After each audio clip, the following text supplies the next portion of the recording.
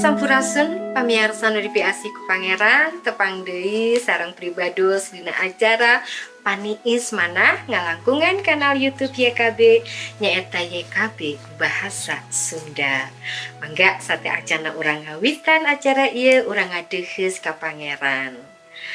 Nun Pangeran anu linggih di sawarga abdi kumawantun ngadeuheus ka anjeun sejal nyuhunkeun layah manah anjeun masihan piwuruk ka abdi-abdi sadayana. Abdi siap ngadangukeun naon anu dipikahoyong ku anjeun.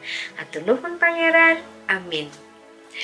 Pamirsa dina jejer dina danget ieu nyaeta ngarespon ka asih Pangeran dumasar kana Mazmur 116 atuh ayat luluguna dicandak tina Mazmur 116 ayat anu ka-12 anu kieu unggalna.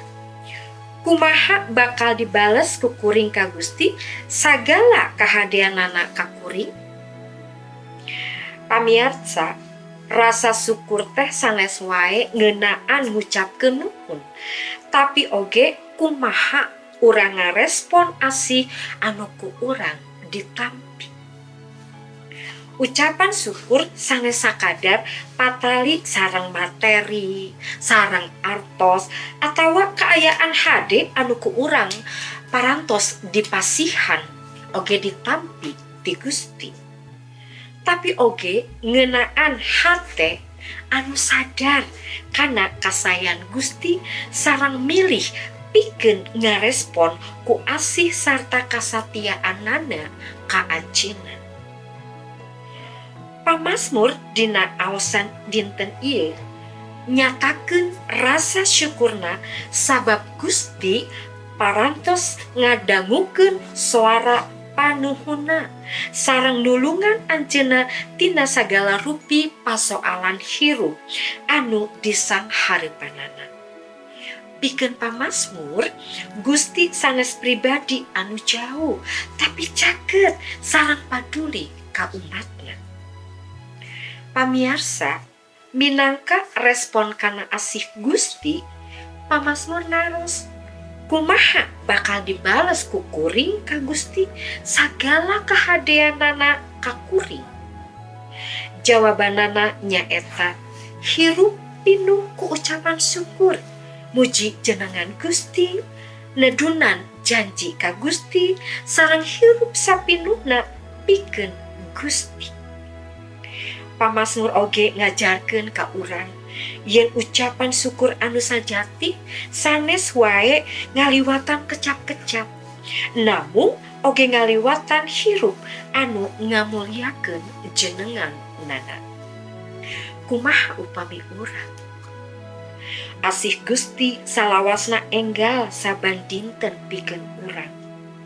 Gusti salawasna ngadangukeun sagala kasedih urang sareng nyumponan naon anu ku urang diperyogikeun dina kahirupan ieu.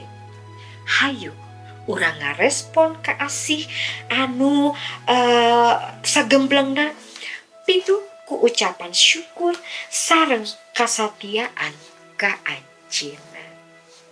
Amin. Mangga urang ngadeuheus ka Pangeran.